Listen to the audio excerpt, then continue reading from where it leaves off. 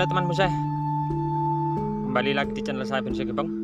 Oke, kali ini saya mau cek di lahannya Mas Nurdin, lahan groundnya. Ini yang 1 bulan kemarin saya sempat ambil videonya. Dulu airnya penuh ya, sampai karpetnya paling ketinggian 10 cm terlihat karpetnya terendam air. Ini di tengah persawahan. Nah, kita lihat, udah mulai lihat ya program-programnya. Ini 1 bulan yang lalu airnya penuh ya, sampai ketutup dinding karpetnya. Kita nanti lihat perkembangannya seperti apa. Ada beberapa jenis bahan yang di ground di sini. Oke, kita langsung keliling saja ya, lihat-lihat.